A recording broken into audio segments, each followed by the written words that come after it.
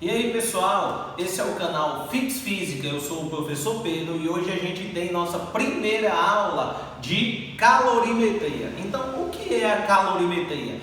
Vai ser o ramo da física que se dedica a quantificar o calor trocado entre os corpos, né? Mas antes disso, o que é calor? Só relembrando lá da nossa primeira aula, né, desse módulo de energia térmica, o calor é a nossa energia térmica em trânsito. Então, se é energia térmica, né, quais são as suas medidas, suas unidades de medida, melhor dizendo, né? Nós temos duas unidades de medida que são muito usuais para o calor. É o joule, certo? E a caloria. A caloria é uma quantidade de calor necessária para elevar 1 grama de água em 1 grau Celsius, certo? No Sistema Internacional de Unidades nós utilizamos o joule, só que comumente vocês vão se deparar com questões, né, resolução de exercícios aí, onde a caloria ela é utilizada como unidade de medida. Tudo bem? Beleza. Então, dentro da calorimetria, nós vamos dividir as quantidades de calor, os calores trocados, em duas partes. O calor sensível e o calor latente. O calor sensível é aquela quantidade de calor que quando chega na substância ou no corpo, ela provoca um aumento da temperatura, ou quando eu retiro o calor desse corpo, vai provocar uma queda na sua temperatura. Então, o calor sensível, ele é a quantidade de calor que provoca alterações na temperatura do corpo. Nós temos outro tipo de calor, que é o calor latente. O calor latente é aquela quantidade de calor que o corpo, que a substância, melhor dizendo, ela utiliza para trocar a sua fase, ou melhor, que ela utiliza para alterar a sua fase, sair da fase líquida e ir para a fase sólida perdendo calor, ou sair da fase sólida e ir para a fase líquida quando ganha calor, assim como da fase líquida também para a fase gasosa, certo? Ou da gasosa para a fase líquida. Todos esses processos de transformações de fase, né, o calor envolvido na transformação, nós chamaremos de calor latente. Então, esse calor latente é o que provoca a mudança do estado físico. Veja bem, uma quantidade de calor chega até a substância e eleva a sua temperatura. Uma outra quantidade de calor chega na substância e não eleva a temperatura, mas ela produz uma alteração física nas partículas, nas moléculas, claro, e alteram a sua fase. Sai da fase líquida e vai para a fase de vapor, ou saindo da fase sólida e indo para a fase líquida. Se eu perco calor, eu faço o caminho inverso. Então, se eu perco calor quando a minha substância está no ponto de ebulição, provavelmente ela sai da fase de vapor e vai para a fase líquida, e sai da fase líquida e passa para a fase sólida quando ela estiver no ponto de fusão. Beleza? Hoje, na nossa aula, nós vamos nos ater a estudar o calor sensível. Na próxima aula, nós vamos fazer as discussões do calor latente. Tudo bem? Então, vamos lá.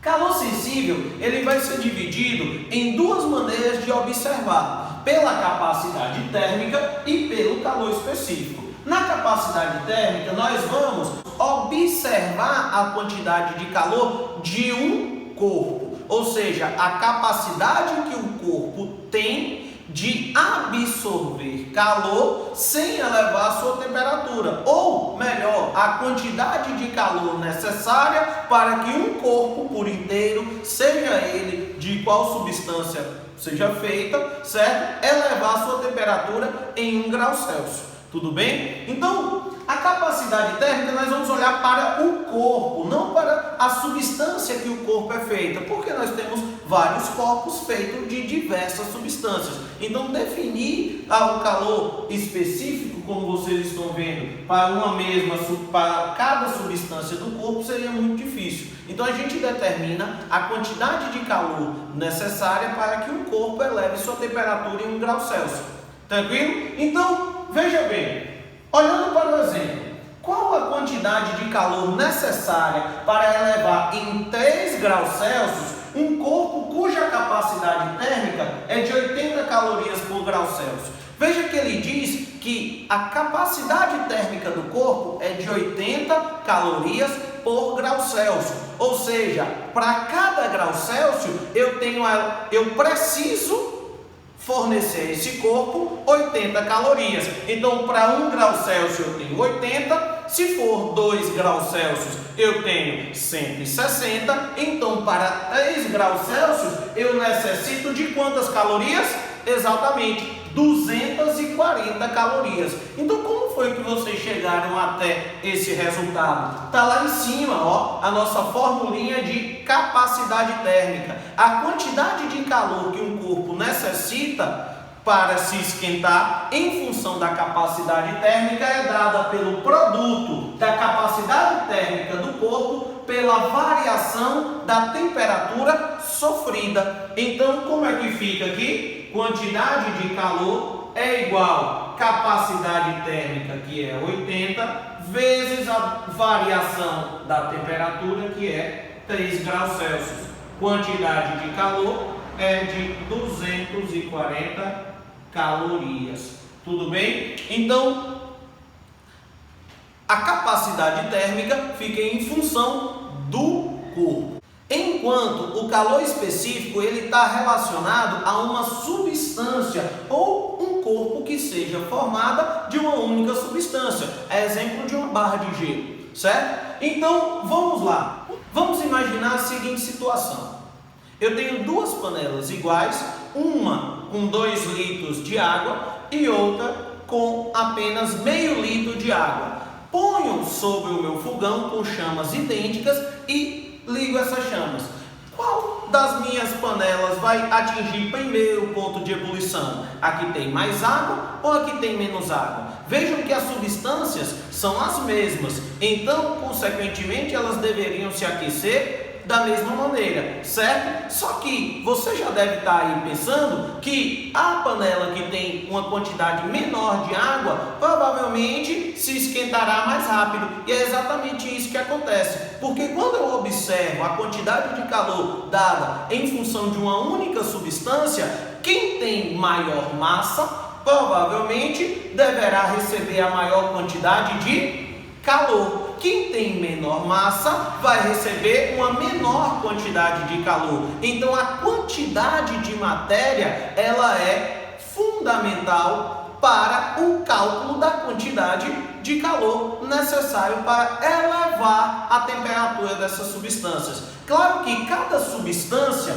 água, álcool, alumínio, ferro, cada uma dessas substâncias ela tem um calor específico associado a ela. A água nós temos 1 caloria por grau Celsius, enquanto os metais têm um calor específico muito menor do que o da água, consequentemente eles trocam calor mais fácil, eles elevam a sua temperatura, mas também perdem a sua temperatura mais facilmente, com a menor quantidade de calor, né? Então, quando eu falo de calor específico, o que é que eu estou dizendo? Que a quantidade de calor agora que eu desejo saber para elevar ou diminuir a temperatura do meu corpo está em função também da massa desse corpo. Lembrando sempre que esse corpo tem que ser constituído apenas de uma única substância. O calor específico, ele caracteriza a minha substância, seja ela água, alumínio, ferro, cobre, enfim, temos uma infinidade, certo? Então, a capacidade térmica ela vai definir a quantidade de calor para elevar a temperatura de um corpo, seja ele de qual substância feito, enquanto com calor específico nós estamos nos atendo à quantidade de calor fornecido a uma única substância. Tudo bem? Espero que tenham entendido. Muito obrigado. Essa foi mais uma aula do Fix Física. Não se esqueça de se inscrever aqui, de deixar o seu like. Não custa nada, ajuda o canal. Muito obrigado e até a próxima aula. Valeu!